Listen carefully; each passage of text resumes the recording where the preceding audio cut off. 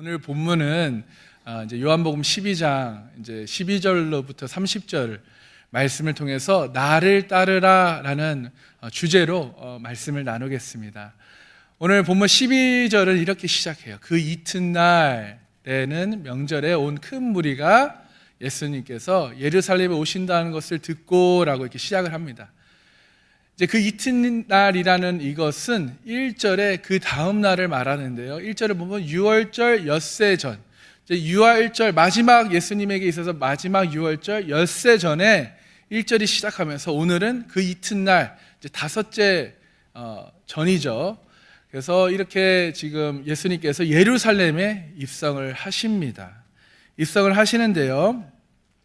12절 뒷부분을 보면 명절에 오늘같이 이렇게 명절에 큰 무리가 예수님께 예루살렘에 오신다는 소식을 들어요. 소식을 듣고 이들이 무엇을 합니까? 13절을 보면요, 종려나무 가지를 가지고 맞으러 나가 이르되 호산나 찬송이로다 주의 이름으로 오시느니 곧 이스라엘의 왕이시여. 아멘. 자, 여러분, 예수님을 종려나무 가지를 들고 환영을 해요. 여러분, 지금까지 유대인들이 예수님을 환영한 적이 있었나요? 없었어요.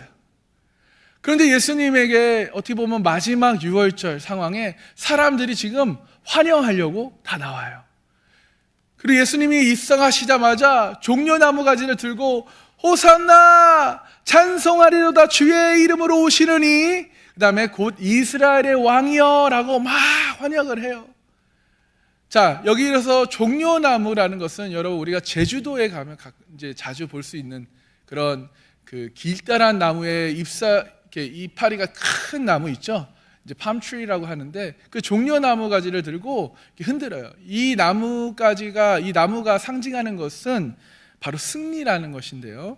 자, 요한계시록 7장 9절에서 10절을 보면요, 그 마지막 예수님이 재림하시고 나서 이 세상을 이기고 이제 성도들이 주님 앞에서 이제 구원하심이 보좌에 앉으신 우리 하나님과 어린 양에게 있도다라는 노래를 불러요. 그럴 때 흰 옷을 입고 손에 종려가지를 든다라고 기록되어 있어요. 그래서 흰색과 종려나무는 승리를 상징하는 것입니다. 그러면서 호산나라고 외쳐요. 호산나! 호산나라는 말은요, 주께 간청하오니 이제 우리를 구원하소서라는 뜻이 담겨져 있는 말이에요. 호산나 찬송하리로다 주의 이름으로 오시는 이여. 자, 왜 주의 이름으로 오시는 이여 라고 말을 했냐면 여기서 주는 하나님을 얘기하죠. 자, 그 이유는 인간이 죄를 대신해 줄 수 없기 때문에 주는 하나님이시고 하나님이 죄의 문제를 해결해야 되시기 때문에 그래서 하나님의 이름으로 오시는 이여 우리를 구원하소서, 즉 메시아여 그리스도여 우리를 구원하소서라고 이렇게 고백을 하는 거예요. 그런데 뒷부분에 그들의 마음이 담겨져 있습니다. 그 뒷부분에 뭐라고 외치냐면 곧 이스라엘의 왕이여 라고 고백을 해요. 이렇게 고백한 이유는 예수님을 어떤 메시아로 지금 그들이 받아들이고 있어요? 정치적 메시아로 예수님을 받아들이고 있는 거예요. 자신들을 이 로마 제국으로부터 자유를, 승리를 가져다 줄 것을 지금 간절히 사모함과 믿음을 가지고 외치는 것이에요. 그런데 자신들을 구원해 줄 메시아 예수님이 어떤 모습으로 지금 예루살렘에 입성을 하냐면 그 다음 절 14절 15절을 보니까 어린 나귀를 타고 들어오셔요. 여러분 한번 생각해 보세요. 자신들을 구원해 줄 메시아, 그토록 기다리던 그리스도, 구약의 말씀에 예언된 그 이스라엘 그 메시아가 이스라엘 왕이 될 것이라고 믿는 예수님이 왕이 타는 말이 아닌, 그렇죠? 잘생긴 말이 아닌 나귀 새끼를 타고 오셨어요. 그들은 예수님을 어떻게 받아들였을까요? 어떤 생각을 했을까요? 근데 여러분 15절을 보면요, 이는 기록된 바라고 말씀하고 있죠. 이는 기록된 바 시온 따라 두려워하지 말라 보라 너의 왕이 나귀 새끼를 타고 오신다 함과 같더라. 이 말씀을 하셔요. 아멘. 자, 이것은요 스가랴 9장 9절의 말씀을 지금 인용하시면서 이루시는 것인데요. 자, 스가랴 9장 9절 함께 읽어보겠습니다. 시작. 시온에 따라 크게 기뻐할지어다. 예루살렘에 따라 즐거이 부를지어다. 보라, 내 왕이 내게 임하시나니 그는 공의로우시며 구원을 베푸시며 겸손하여서 나귀를 타시나니 나귀는 작은 것 곧 나귀 새끼니라. 아멘. 예수님이 왕이 타는 말이 아닌 나귀 새끼를 타고 들어오신 이유가 바로 이 말씀을 이루시기 위해서예요. 이 말씀을 구약의 예언의 말씀을 성취하기 위해서 굳이 나귀 새끼를 타고 들어오십니다. 그래서 이 나귀 새끼를 타고 온 예수님을 기록을 해서 예수님이 지금 우리에게 말씀하고 계시는 것은 스가랴 9장 9절의 예언의 말씀이 이루어졌다는 것을 우리로 알게 하기 위해서 다음 세대들이 예수가 메시아임을 알고 믿어지도록 주님의 예언의 말씀을 이루신 줄 믿습니다. 아멘. 그래서 16절을 보면요, 제자들이 예수님께서 이 말씀을 스가랴의 말씀을 인용해서 이루어졌다는 것을 말씀하셨는데 제자들이 어떻게 해요? 처음에는 이 일을 깨닫지 못해요. 예수님이 뭐라고 하시는지를 깨닫지 못합니다. 그런데 예수님께서 영광을 얻으신 후에 이것이 예수께 대하여 기록된 것임과 사람들이 예수께 이같이 한 것임을 생각나더라. 아멘. 자, 제자들이 처음에 이 일을 깨닫지 못하였다는 이유가 무엇이에요?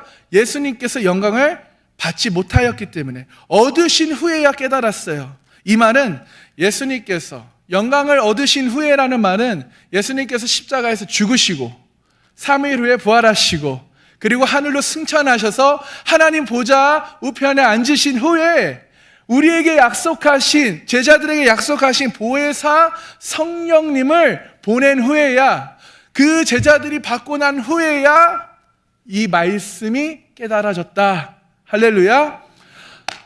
그때 예수님께서 나귀 새끼를 타고 예루살렘에 입성하신 이유가 이 스가랴 9장 9절의 말씀을 이루시기 위해서 한 행동이었음을 깨닫게 돼요.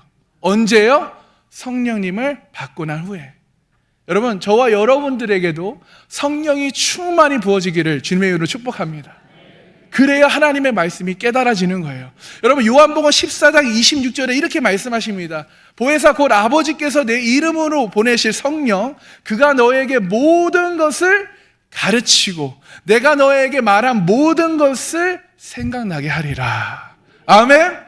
여러분, 제자들도 그 누구도, 같이 있던 이스라엘 제자들도요, 성경을 알고 있었지만 그 누구도 이 일을 깨닫지 못해요. 스가랴 9장 9절을 말씀하셨는데도 깨닫지 못해요. 그러나 예수님의 이름으로 보내실 보혜사 성령이 임하시니까, 할렐루야, 예수님이 나귀 새끼를 타고 들어오신 행동이 이 예언의 말씀을 이루기 위해서였음을 알고 깨닫게 된다라는 것입니다. 누가 깨닫게 해주시는 거예요? 성령님이 깨닫게 해주시는 거예요. 사람들이 이전까지는 예수님이 예루살렘에 오실 때 이렇게 환영한 적이 없었어요. 그런데 호산나 찬송하리로다 주의 이름으로 오시느니 곧 이스라엘의 왕이시여, 이렇게 극되게 그 환영하고 찬양했던 이유도요, 이스라엘 백성들이 그렇게 찬양했던 이유도 이 스가랴 9장 9절 그 처음 부분을 이루기 위해서, 성취되기 위해서 된 것이라고 말씀하고 계시는 거예요. 그래서 스가랴 9장 9절 처음에 보면요, 시온에 따라 크게 기뻐할지어다, 예루살렘에 따라 즐거이 부를지어다. 아멘. 자, 그래서 이렇게 예수님을 환영해요. 왜요? 예언의 말씀이 이루어지기 위해서 하나님께서 크고 은밀한 일을 지금 역사하십니다. 그런데요, 또 하나 사람들이 예수님을 이렇게 환영하게 된 최종적인 사건이 하나 있는데요, 그걸 17절 18절에 말씀하고 있습니다. 자, 함께 읽어보겠습니다. 시작. 나사로를 함께 있던 무리가 증언한지라. 이에 무리가 예수를 맞으면 이 표적 행하심을 들었음이러라. 아멘. 자, 우리 11장에 나사로, 죽은 나사로를 무덤에서 불러내서 죽은 자 가운데서 살리실 때 함께 있었던 무리들이 무엇을 했다고 말씀합니까? 증언하였다라고 말해요. 그래서 자기를 만난 예수, 자신이 본 예수님을 증거해요. 그것을 표적 행하심을 듣던 사람들이 나온 것이에요. 여러분, 11장에 나사로가 죽은 지 나흘이 됐을 때 예수님께서 여러분 오셨다는 소식을 듣고 그 나사로의 누나 마리아가 급하게 뛰어나갑니다. 급하게 뛰어나가서 이때 나사로의 죽음을 위로하기 위해 함께 온 유대인들이 마리아가 급히 뛰어나가는 것을 보고 무덤에 가서 이 나사로를 위해 곡하러 가는구나 라고 같이 따라와요. 같이 따라오는데 마리아를 위로해 주러 왔다가 그 무덤 앞에서 무엇을 봐요? 예수님의 기적과 표적을 봐요. 죽은 지 나흘이 된 나사로, 이미 썩은 내가 나는 나사로가 예수님의 말씀 한마디, 무슨 말씀이에요? 나사로야 나오라. 할렐루야. 야 나사로야 나오라 명령하셨어요. 왜요? 생명의 주권이 하나님 예수님에게 있기 때문에 생명의 주권으로 명령하시는 거예요. 나사로야 살아날지어다 나와라 하시니까 나사로가 어떻게 돼요? 무덤에서 나오죠.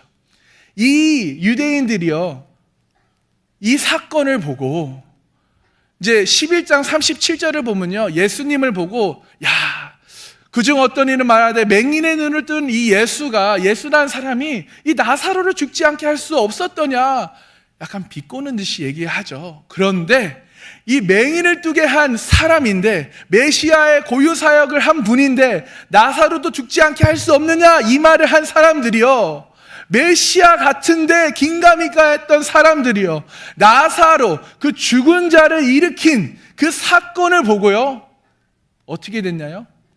예수님에 대한 믿음이 확실해졌어요. 죽은 자를 살리시는 메시아의 고유 사역을 하시는 분, 이분이 진짜 메시아다, 이분이 정말 그리스도다 라는 것을 거기서 확신해요. 여러분, 예수님의 말씀 한마디로 그 죽은 나사로가 살아나니 여러분 사람들이 믿을 수밖에 없잖아요. 긴가민가 했던 유대인들도요, 나사로의 이 사건 하나로 완전하게 확실하게 돌아서게 됩니다. 그래서 이 사람들이 무엇을 했느냐, 다시 예루살렘으로 돌아가서요 이렇게 전하는 거예요. 여러분 내가 진짜 메시아를 만났습니다. 여러분, 그 맹인을 치료해 주던 그 예수라는 사람이 진짜 그리스도예요. 그가 지금 죽은 나사로야 나오노라 그 말씀 한번 뒤에 죽은 자가 살아났습니다. 내가 그곳에 있었습니다. 그들이 막 증언하기 시작하는 거예요. 여러분, 유대인들은요 그때 당시 이제 누구든지 예수를 그리스도라 시인한 자는 이제 출교하기로 이미 결의를 했거든요. 근데 지금 예수님을 그리스도다, 메시아다, 내가 그분을 만났다 고백하며 증언을 하고 있는 거예요. 출교를 당하는 거 두렵지 않아요. 왜요? 자기가 본 것이 확실하기 때문이에요. 이 사람들의 증거가 유대인들의 마음에 확신을 가져다 줘요. 여러분, 그 마리아를 위로해 주기 위해 따라간 유대인들이 몇 명이나 됐을까요? 많게야 몇십 명이 됐겠죠. 그 몇십 명이요, 얼마나 확신에 찬 모습으로 확신을 가지고 증언을 하고 다녔는지 예루살렘의 200만 명이 넘는 사람들의 분위기를 바꿔버려요. 할렐루야. 여러분, 그 도시를 흔들어 놓는 거예요. 긴가민가 하던 사람들도요, 출교 당할까봐 두려움에 있던 사람들도요, 이 사람들의 증언을 듣고 마침표를 찍어버립니다. 진짜구나, 내가 긴가민가 했는데 이분이 진짜 메시아였구나 믿게 되는 사건이 일어나는 거예요. 할렐루야. 여러분, 이것이 예수님을 만난 자의 확신이고 증언이에요. 여러분, 내가 보지 못하고 내가 확실하게 믿지 못하는 것을 어떻게 증거하겠습니까? 그렇습니다. 여러분, 예수님을 확실히 만난 사람이 예수님을 증거하게 됩니다. 예수님을 확실히 만난 사람이 예수님의 증인이 되는 것이에요. 아멘. 자, 반대로 예수님을 확실하게 만나지 못하면 예수님에 대해서 증거하지 못한다는 것입니다. 여러분들에게도 예수님을 확실히 증거하게 되는 증인이 되시기를 주님의 이름으로 축복합니다. 아멘. 하나님의 크신 은혜와 축복이 크고 은밀한 일이 여러분 삶 가운데, 가정 가운데 일어나서 여러분이 그 증인이 되시길 주님의 이름으로 소망합니다. 아멘. 자, 그랬더니 19절에 바리새인들이요 이렇게 말해요. 바리새인들이 서로 얘기합니다. 야, 볼지어다 너희 하는 일이 쓸데없다. 보라, 온 세상이 그를 따르는도다. 여러분, 이것이 지금 이들이 참 어이가 없어서 이렇게 얘기해요. 지금 11장에 바리새인들은 정치적 구세주, 정치적 메시아, 예수님을 믿는 사람들이 늘어나니까 이렇게 되면 안 돼. 왜냐하면 로마인들이 그렇게 되면 땅과 민족을 빼앗아 가기에 예수를 먼저 죽여야 된다고 결의를 했어요. 그런데 지금 예수님이 지금 예루살렘에 들어온다는 소식을 듣고 나와 보니까 어떻게 돼 있어요? 판도가 바뀌어 있죠. 분위기가 확 바뀌었어요. 예루살렘의 모든 이스라엘 백성들이 지금 완전히 예수님을 환영하고 있어요. 그래서 야, 사람들이 예수님을 메시아로 보는구나, 그리스도로 인정하는구나, 그 모습을 보면서 야, 우리 이제 끝났어. 자신들끼리 야, 우리가 아무리 뭘 해도 쓸데없다. 우리가 하는 일이 쓸데없어. 보라, 온 세상이 그를 따르는도다. 아멘. 여러분, 그렇습니다. 세상은 뭐 영향력 있는 어떤 사람의 계획하고 아무 상관이 없이 하나님의 뜻이 하늘에서 풀어지고 이루어진 것 같이 땅에서도 풀어지고 이루어지는 줄 믿으시기 소망합니다. 예수님께서 스가랴 9장의 그 예언의 말씀을 이루시고 또 유대인들도 그 스가랴 9장의 말씀을 이루게 되잖아요. 그러면서 자, 예수님은 하나님의 뜻과 스가랴의 말씀을 이미 알고 이루셨고 또 의도적으로 이루어 가셨지만 유대인들은 스가랴 9장 9절의 그 말씀을 이루어지는 것을 몰랐잖아요. 자, 여러분, 질문을 드릴게요. 저와 여러분의 삶은 어때요? 저와 여러분의 삶에 하나님의 뜻이 이루어지고 있습니까? 하나님의 뜻이 이루어지고 있으면 여러분 믿으십니까? 아멘. 믿으셔야 해요. 왜요? 하나님의 뜻이 뭐예요? 구원받는 거거든요. 복음을 듣고 예수님을 나의 구원자로 믿는 것이 하나님의 뜻인지 믿습니다.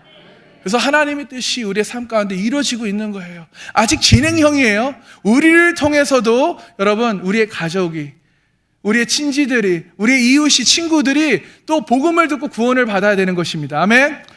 여러분, 우리 지난주에 함께 말씀을 나눴지만 아직 낮일 때, 내가 숨을 쉬고 있을 때 지금이 기회예요. 이 기회를 놓치면요, 여러분, 우리가 숨이 끊어지고 밤이 되면요, 끝입니다. 다시 돌아갈 수 없어요.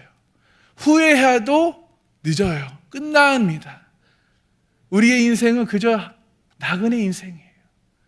지금 숨이 붙어 있는 그 낮때가 복음을 전할 때인 줄 믿으시기 소망합니다. 그러므로 여러분, 정말 여러분이 오늘 말씀을 통해 나는 앞으로 어떤 인생을 살아야 하는가를 진지하게 고민해 보시기 소망해요. 여러분, 저도 살아가면서 고민을 하는 것이 몇 가지 있어요. 저는 이미 예수님께, 하나님께 저의 삶을 드렸기 때문에 그런 것은 안 하고, 제가 고민하는 것은 이제 앞에 서는 입장에 있어서 나는 하나님을 기쁘게 하고 있는가, 아니면 사람들에게 관심과 사랑을 가지려고 하는가, 이것을 항상 갈등하고 있어요. 또 갈등하는 것은 한 가지 더 있는데요, 내가 강단에서의 그 언어와 행동이 강단 아래에서의 언어와 행동이 동일한가, 강단 위와 강단 아래의 삶이 동일한가를 항상 저는 생각하고 고민하고 싸우고 있어요. 여러분, 우리가 하나님의 뜻을 아는 것, 그 사명감을 가지고 사는 것이 행복한 삶이, 축복된 삶임을 여러분 믿으시길 소망합니다. 아멘. 그랬더니 여러분 20절 21절에 이제 하나의 사건이 더 나옵니다. 명절에 이제 예배하러 올라온 헬라인 몇 명이 이제 그들이 갈릴리 벳세다 사람 빌립에 가서 청하여 이르되 선생님이여 우리가 예수를 배우고자 하나이다 라고 청해요. 자, 여기 헬라인은 헬라파 유대인들이에요. 이스라엘에 살지 않고 흩어져 살고 있는 디에스포라 이제 유대인들이죠. 섞여져 있는 유대인들이죠. 그런데 이들은요, 이제 구약의 하나님에 대해서 듣고 배웠고 하나님을 믿었기에 이방임에도 불구하고 지금 3대 명절, 이 유월절을 지키기 위해서 예루살렘에 온 거예요. 어떻게 보면 나름대로 경건한 사람이다 할 수 있죠. 근데 이 헬라인 몇 명이 지금 예수님을 뵙기를 청해요. 자, 여러분 왜 예수님을 찾아왔을까요? 아마 이 사람들은요, 나름대로 이제 구약 성경의 말씀을 잘 알고 있었기에, 자, 구약의 메시아에 대한 그 언약의 예언의 말씀을 이들도 알고 있었죠. 그래서 예수님이 하신 기적과 표적을 들었잖아요. 예수님이 나는 뭐뭐다 하는 말씀들을 들었잖아요. 그러니까 저분이 그리스도시구나, 저분이 메시아일 수 있겠구나, 그것을 확인하기 위해서 지금 예수님께 찾아온 것입니다. 지금 예루살렘 유대인들, 헬라파 유대인들 차이는요, 여러분 이 이스라엘에 사는 유대인들은요, 죽은 자가 살아났다, 이 기적과 표적을 본 그 말 한마디에 믿음을 가진 사람들이에요. 근데 이 사람들이요, 기적과 표적을 본 사람들은 자신들이 기다리던 그 정치적 메시아 역할을 예수님이 안 하시고 성전을 청소하시고 뭐 하시니까 나중에 그렇게 호산나 호산나 하던 외쳤던 사람들이 나중에는 어떻게 해요? 예수님을 십자가에 못 박혀 죽입니다. 기적을 보고 예수님을 믿는 사람들의 결과가 이래요. 살아계신 하나님을 인격적으로 만나고 그 다음에 그 말씀으로 살아가야 하는데 기적과 표적을 보고 믿고 따라가니까 자신들의 생각과 이상해, 못 미쳤을 때 배신한다는 거예요. 쉽게 등돌아 버린다는 거예요. 며칠 전에 호산나 이스라엘 왕이여 당신을 찬양합니다라고 이렇게 고백했던 사람이요, 며칠 후에 십자가에 못 박으라고 죽이라고 그렇게 등돌려 배신하는 사람이 됩니다. 그 반면에 헬라인들은요, 지금 어떤 상황에 예수님을 왔어요? 지금 예수님의 그 소문을 듣고 예수님께 은혜를 더 받겠다고, 심지어 예수님의 제자가 되겠다라고 지금 찾아온 것이에요. 그 상황에서 22절 23절을 보면요, 빌립이 지금 이 헬라파 유대인들이 빌립에게 왔습니다. 근데 빌립이 지금 안드레에게 가서 이 이야기를 합니다. 그랬더니 안드레와 빌립이 이제 예수님께 가요. 예수께서 대답하여 이르시되 인자가 영광을 얻을 때가 왔도다, 이 말씀하시죠. 자, 여러분, 이방인이 빌립을 찾아왔고 빌립은 예수님께 가지 않고 안드레에게 갑니다. 왜냐하면 아마 안드레는 소심한 성격에 예수님이 이방인을 꺼리낌 없이 만나 주실까?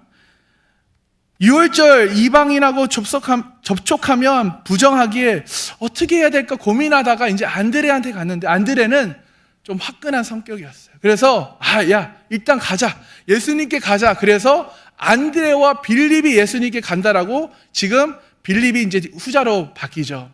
그래서 안드레가 예수님께 가가지고 예수님, 지금 헬라인 몇 명이 예수님을 뵈려고 왔습니다. 찾아왔습니다. 그랬더니 예수님께서 진짜 동문서답을 하셔요. 인자가 영광을 얻을 때가 왔다. 이게 대답이셨어요. 예수님은 항상 어떠한 질문에 즉답을 안 하시고 동문서답을 하시죠. 지금 바쁘다, 지금 유월절에 집중해, 다음에 오라고 해, 이런 말씀이 yes or no가 아니에요.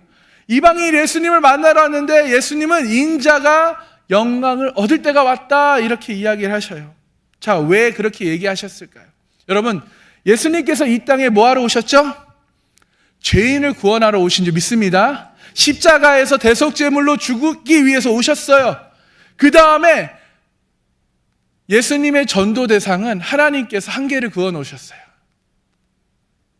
누구에게 이것을 전해야 합니까? 이스라엘의 잃어버린 자들에게만 허용되었어요. 그래서 예수님은 여러분 두로와 시돈이라는 지역에 이 헬라인 스로보니게라는 여자의 딸이 귀신이 들려 예수님께 고쳐달라고 막 왔어요. 그때 예수님이 안 고쳐주셨어요. 그리고 이런 말씀을 하셨죠. 마가복음 7장 27절에 자녀로 먼저 배불리 먹게 할지니 자녀의 떡을 취하여 개들에게 던짐이 마땅치 아니하다. 딱 선을 그으셨어요. 헬라인 여인에게 난 너에게 도움을 줄 수 없어. 근데 여러분, 이때 여자의 신앙 고백이 예수님을 감동시켜요. 주여 올소이다마는 상아의 개들도 아이들이 먹던 부스러기를 먹습니다. 맞습니다. 주님, 나는 이방인이고 개가 맞아요. 그러나 부스러기 은혜라도 내게 주십시오. 아멘. 이 여자의 그 믿음의 고백에 큰 감동을 받으시고 내 믿음이 크도다 그러면서 은혜를 베풀어 주시죠. 여러분, 이 여인 외에는 주님이 이방인에게 은혜를 베푸신 적이 없어요. 원래 그런 분이 아니신데 이방인들에게는 은혜를 베풀어 주시지 않으셨어요. 왜요? 예수님은 이스라엘의 잃어버린 자를 위해서만 오셨기 때문입니다.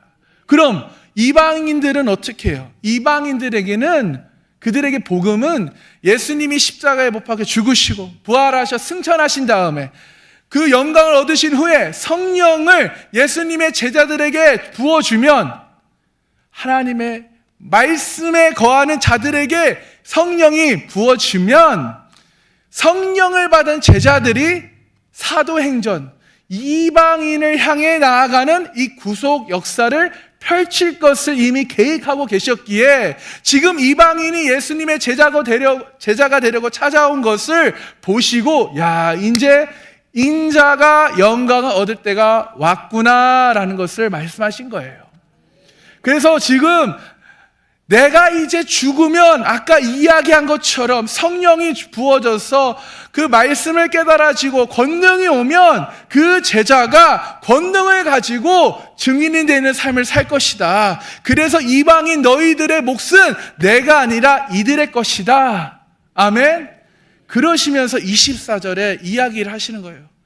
내가 진실로 진실로 너에게 이르노니 한 알의 밀이 땅에 떨어져 죽지 아니하면 한 알 그대로 있고 죽으면 많은 열매를 맺느니라. 아멘. 여러분, 한 알의 밀알을 누구를 가리키는 것입니까? 예수님 자신을 가리키시는 거예요. 예수님이 내가 지금 십자가에서 죽지 않으면 나는 그냥 있어. 그러나 내가 십자가에서 죽으면 또 부활하고 승천해서 성령이 제자들에게 부어질 것이고 부어지면 이 사람들이 구속사를 깨달아 복음을 전하는 증인이 될 거야. 아멘. 성령을 여러분 안 받으면 구속사를 깨닫지 못한다는 거예요. 여러분이 구속사의 은혜를 모르는 것은 성령이 아직 충만히 임하지 않았다는 것입니다. 성령을 안 받으면 아무리 귀에 말씀이 들려도 깨닫지를 못하는 거예요. 말씀이 내 안에서 자리를 잡고 뿌리를 못 내리는 것이에요.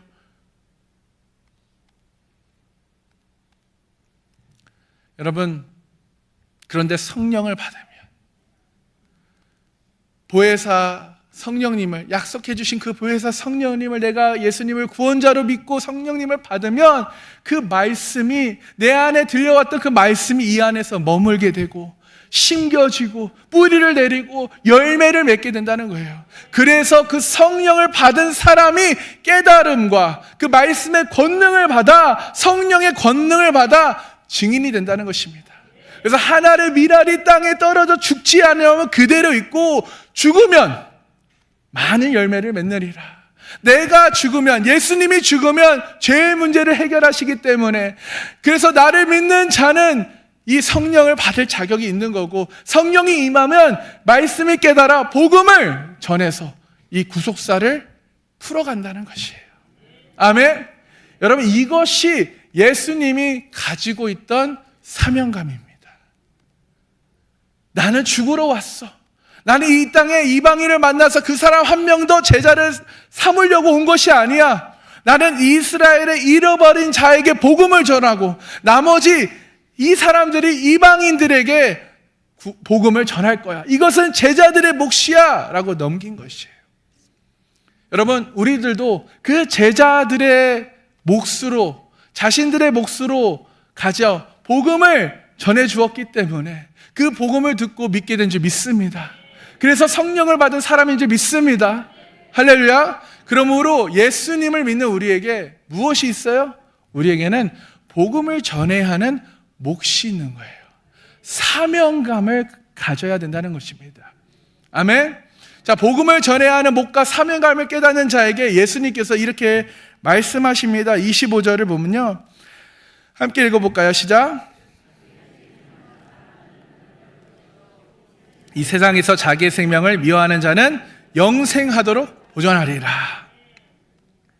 자, 이 시간 복음을 전해야 하는 그 몫과 사명감을 깨닫는 자에게 예수님께서 이렇게 말씀하셔요.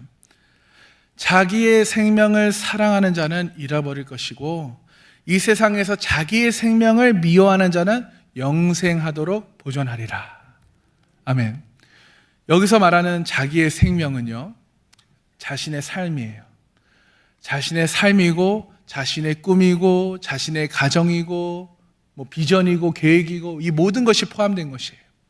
그래서 자기의 생명을 사명감보다 더 사랑하는 사람은 사명이 던져졌을 때, 지금 우리에게 사명감이 있습니다, 우리의 몫입니다 이렇게 던져졌을 때 우리에게는 주님, 저 지금 바빠요, 저 지금 승진해야 합니다, 돈을 더 벌어야 해요, 자꾸 강요하지 마세요, 이대로가 좋사오니 건들지 말아주세요, 내 마음대로 하겠습니다 라고 한다는 거예요. 내 생명을, 내 인생을, 내 꿈을, 내 계획을 이 사명보다 더 중요하게 생각하는 자는 잃어버린다는 거예요. 뭐요? 영생을 잃어버린다는 것입니다. 잘 살려고 하면 오히려 잃어버리게 되고 죽게 된다는 것이에요. 여러분, 잘 사는 것이 무엇입니까? 성공하고 돈을 많이 벌면 잘 사는 것입니까? 그냥 주먹 쥐고 이 악물고 잘 살아야지 한다라고 잘 살아지는 것입니까? 아니죠. 그렇게 우리가 이 악물고 잘 살아야지 하고 잘 산다면 누구나 잘 살겠죠. 여러분, 잘 사는 것은 하나님의 축복, 하나님이 축복을 해주셔야 잘 살게 되고 잘 사는 것임을 믿으시기 소망합니다. 하나님의 은혜와 사랑이 깨닫고 내게 사명감이 던져졌을 때, 주어졌을 때 자기의 생명을, 자기의 삶과 자기의 가정과 자기의 비전과 꿈을 미워하는 자는 오히려 영생하도록 보존하리라. 아멘. 우리 성경에 이제 아주 예를 들 수 있는 한 사람을 뽑자면 사도 바울이 있어요. 사도 바울은요, 진짜 누가 보면 저 사람 미쳤다, 미친 사람으로 볼 수 있을 정도로 예수님께 미친 사람이에요. 뭐 장가도 안 가죠. 또 텐트를 만들어 돈을 벌면 되는데 돈 벌 생각보다 복음을 위해서 필요할 때 일을 해요. 바울은 생명을 미워한 것보다 자신이, 복음이, 자신이 만난 예수가 너무 가치가 있어서 그는 그렇게 행동한 것이에요. 여러분, 돈을 소중하게 여기는 사람은요, 돈이 복음이고 돈이 능력이 됩니다.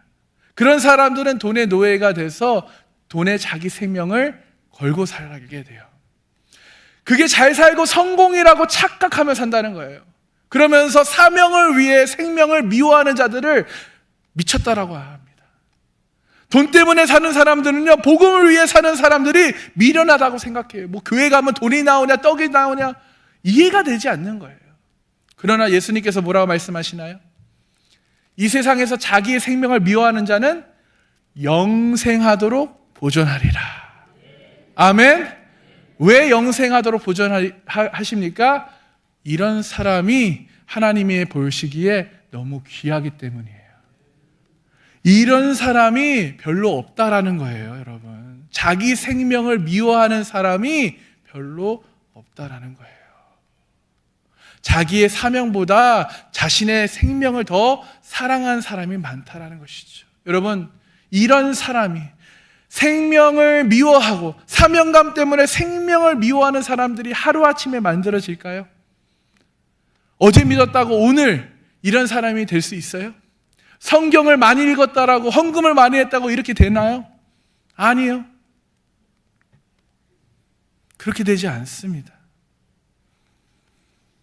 여러분, 믿는 세월도 있어야 되고 말씀도 깨달아져야 되고 성령 충만해져야 합니다. 훈련도 받아야 돼요. 정말 주님의 그 계획과 훈련, 그 많은 과정을 통해서 사명을 사랑하는 사람, 자신의 생명보다 사명감을 사랑하는 사람이 생기는 거고, 그 사람을 하나님이 귀하게 여기신다는 것이에요. 아멘. 하나님이 귀하게 여기시는 그 한 사람이 여러분 모두가 되시기를 주님의 이름으로 축복합니다. 여러분, 이것은 어디까지나 나의 선택이에요. 내가 선택하는 거고 내가 노력하는 거예요. 내가 내게 주신 그 사명감을 내 생명보다 더 귀하게 여길지 그렇게 안 여길지는 누구의 선택이요? 나의 선택이라는 거예요. 여기서는 믿습니다. 아멘. 내가 그렇게 되길 원합니다라고 하지만 교회를 나가는 순간, 집에 나가는 순간, 집으로 돌아가는 순간 그 마음이 바뀔 수가 있다는 것. 여러분 명심하시고 그 마음이 흔들리지 않기를, 그 믿음을 굳건하게 지키시길 주님의 이름으로 축복합니다. 아멘. 그런 사람들에게 지금 예수님께서 26절에 이렇게 얘기하십니다. 사람이 나를 섬기면이 아니에요. 섬기려면 나를 따르라.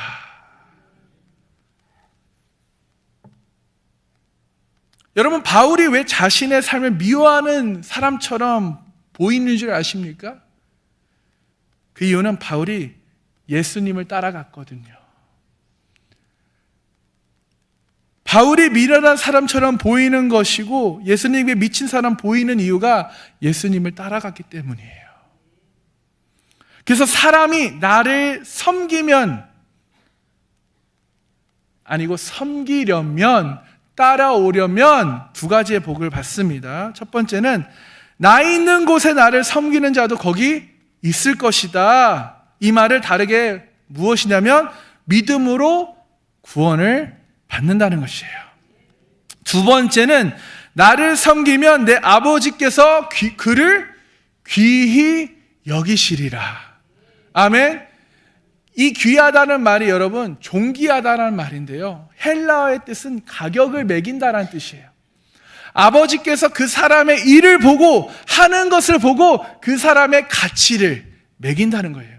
그래서 첫 번째는 구원, 두 번째는 상급이에요. 상급. 여러분, 주님은 우리를 모두 인격적으로 사랑하십니다. 아멘. 왜요? 자녀이기 때문에 자녀를 누굴 더 사랑하고 누굴 덜 사랑하고 하지 않으셔요. 동일하게 똑같이 사랑하셔요. 그런데 상급과 영광을 주시기 위해서 사람의 가치를 매기신다는 거예요. 여러분, 이것이 불공평이 아닙니다. 이것은 공평입니다. 믿으십니까? 여러분, 달란트 비유 잘 아시죠? 비유에서 많이 남긴 자에게 많은 것을 주는 것이 공평한 것이에요. 주님은 이를 부려먹기 위해서 하늘에 승천하시고 재림하는 그 사이에 일꾼들에게 사명감을 준 게 아니에요. 영원히 사는 천국에서 직분을 맡겨야 되고 그거에 따라 누가 충성된 자인지를 확인하기 위해서 그 바라보는 시간을 인간이 숨 쉬는 동안 이 기회의 곳에서 이 땅에 사는 시간으로 보시는 거예요. 그래서 너에게 숨이 붙어있는 한 네가 얼마나 복음을 전하며 사는지를 보신다는 거예요. 그거에 따라 상급을 매기신다는 거예요. 여러분, 영원히 사는 천국 우리 언젠간 가죠? 그때 가서 너 뭐 하다 왔어? 아무것도 안 했는데요. 이런 말 하지 않고 주님 최선을 다했습니다. 주님 그래도 몇 명에게도 저 복음을 전했어요. 여러분, 내가 숨쉬고 있는 이 낮 시간에 여러분 최선을 다해서 복음을 전하시는 저와 여러분에게 소망합니다. 아멘. 그래서 나를 섬겨라라고 얘기 안 하셔요. 나를 섬기려면 너의 선택이야. 너희가 나를 섬기려면 나를 따르라. 섬기려지 않으면 나를 따르지 않겠지. 그러나 나를 섬기려면 나를 따르라. 할렐루야. 그리고 그 헌신한 대로 그 사람의 가치를 매기신다는 것입니다. 여러분, 하나님 앞에 가치 있는 자로 서기로 여러분 주님의 이름으로 축복합니다. 아멘. 그러면서 27절 28절에 갑자기 이런 말씀을 하셔요. 지금 내 마음이 괴로우니. 왜요? 십자가의 때가 이제 다가오잖아요. 내 마음이 괴로우니 내가 무슨 말을 하리요 하시면서 하나님께 기도합니다. 여러분, 이 길은, 십자가의 길은 예수님에게도 쉬운 길은 아니셨어요. 지금 이 길을 가라고 지금 가려고 하는 예수님도 자기가 이 길을 가는 거에 있어서 너무나 괴로워하셨습니다. 그래서 지금 내 마음이 괴로우니 요동치다, 동요되다, 업다운되다라는 말이에요. 근데 영어로 보면 troubled라는 표현을 써요. 그러니까 자기 안에서, 예수님 마음 안에서 막 싸우고 있는 거예요. 나 십자가 지러 왔는데, 나 십자가 져야 하는데, 그때는 옆에선 나 지기 싫다. 나 이거 무섭다, 두렵다, 괴로워. 지금 이 마음이 계속 부딪히고 있는 거예요.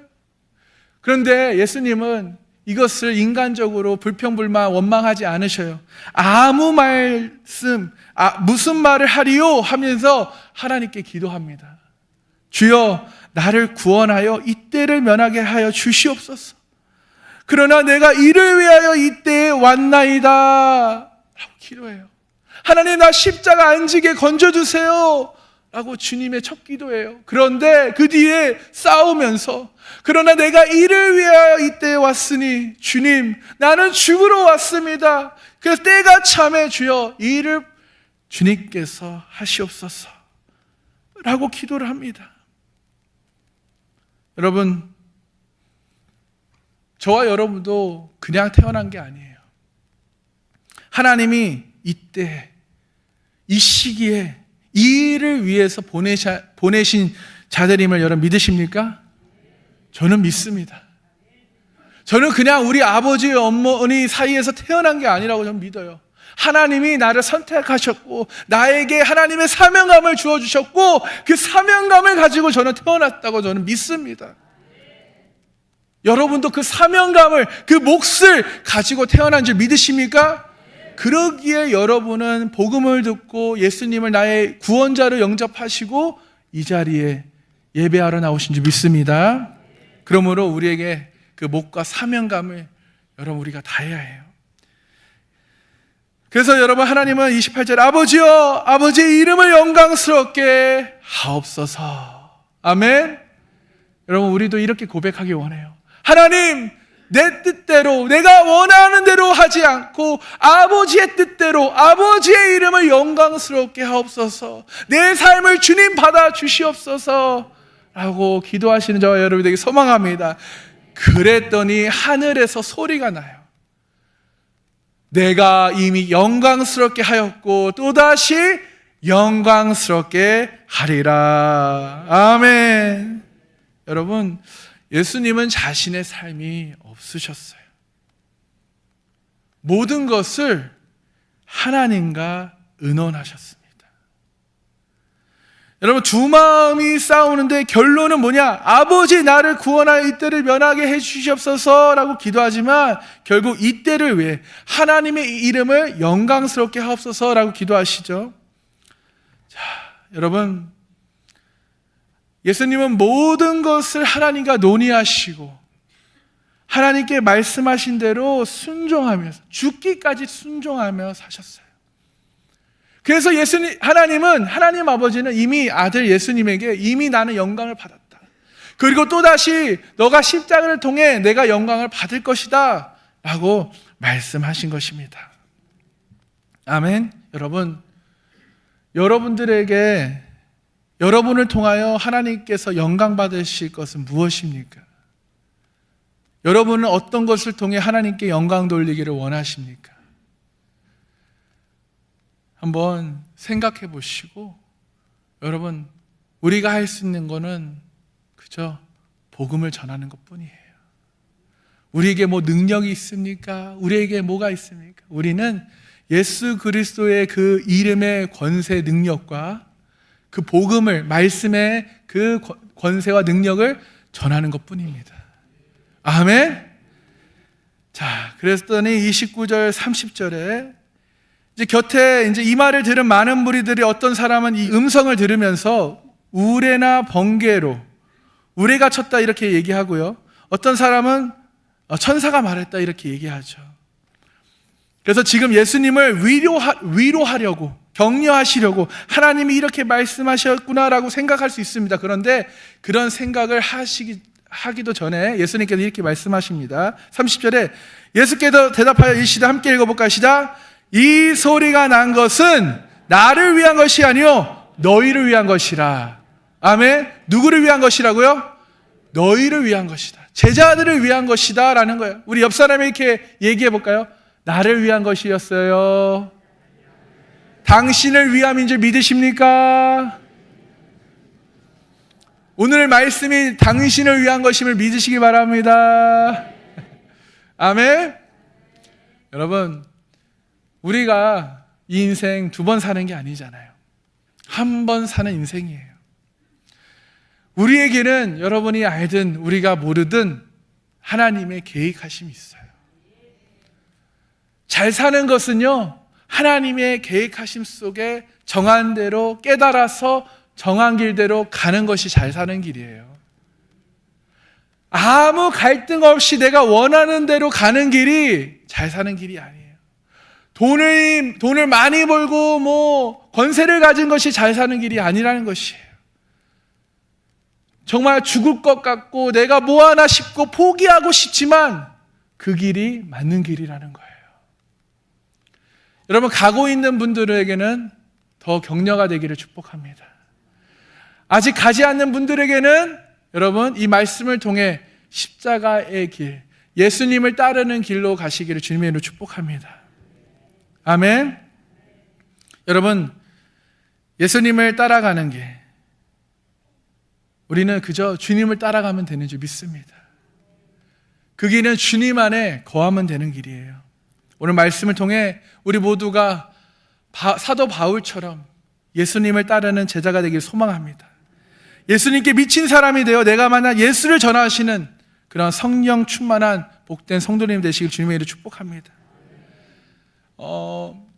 저는 원론 목사님께서 저에게 가끔 이런 말씀을 해주셨어요. 저에게 너가 거룩한 씨가 되어야 한다.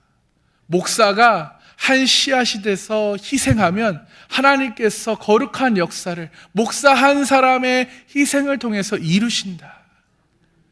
이 말씀을 제가 이제 몇 년 전부터 이렇게 이야기를 하셨어요. 그리고 그 더 전부터는 정말 이제 믿음의 역사, 하나님의 크고 은밀한 역사를 이렇게 보시면서 이런 고백을 하셔요. 우리 교회에는 참 엄청난 부자는 없지만 늘 아무개 장로가, 아무개 권사가, 아무개 집사가 그때 헌신했어. 그 사람이 그때 헌신함으로 이 역사를 이룰 수 있었던 거야. 그 사람이 거룩한 하나의 미랄의 씨가 되었어. 이렇게 이야기를 해주면서 거룩한 불씨가 되어서 그 불을 일으킨 사람, 거룩한 씨앗이 되어서 희생해서 그 새로운 열매를 맺게 한 그 사람들의 이야기를 저에게 들려주셨어요. 그러면서 저에게도 너도 그렇게 거룩한 씨앗이 되어야 한다. 목사 한 사람의 생명을 걸고 거룩한 씨앗이 되면 하나님께서 크고 은밀한 일을 교회 가운데 임하신다, 행하신다, 만들어 성취하신다. 아멘. 여러분, 원로 목사님은 그 믿음을 가지시고 본인이 희생하시면서 그 믿음으로 도전하시면서 정말 이런 사역들을 하셨잖아요. 그렇게 믿음으로 도전하실 때마다 왜 그 원로 목사님에게 걱정이 근심이 없었겠습니까? 그런데 믿음으로 도전하고 믿음으로 기도할 때마다 항상 성도들 중에 장로님이든 권사님은 어떨 때는 집사님 중에 거룩한 씨가 되는 사람이 있었다라는 것이에요. 그 사람들의 씨앗이 됨으로 많은 사람이 함께 그 역사에 참여하여 그 큰 역사를 이루어왔다라고 저에게 종종 말씀하셨습니다. 여러분, 저는 오늘 말씀을 통해 여러분들에게 또 기대하는 것은 저도 그런 거룩한 씨앗이 되어서 내가 희생해서 거룩한 신실한 목사의 길을 걷기로 다짐을 합니다. 또한 여러분 사랑하는 성도님들, 정말 원로 목사님 때 그 헌신했던 분들뿐만 아니라 지금 못했던 분들도 또 다음 세대에 일어나는 분들도 여러분 한 사람이 거룩한 씨앗이 되므로 많은 열매를 맺고 많은 영혼을 살리는 그런 하나님의 영광을 선포하는 그런 교회가 되길 소망합니다. 크고 은밀한 일을 행하시는 그런 교회가 되길 소망합니다. 그래서 여러분을 통해 부천이, 인천이, 또 우리가 살고 있는 그 현장을 변화시키는 거룩한 씨앗이 되기를 주님의 이름으로 축복합니다. 그래서 이 도시를 흔들어 놓기를 원해요. 하나님의 미랄이 되어 여러분 많은 열매가 여러분 통해 맺어지길 소망합니다. 우리가 그러기 위해서는 주님을 따라가야 돼요. 주님을 따라가시는 복된 제자가 되시길 소망합니다. 아멘. 주님을 따라가시는 그런 하나님의 자녀가 되시길 주님의 이름으로 축복합니다.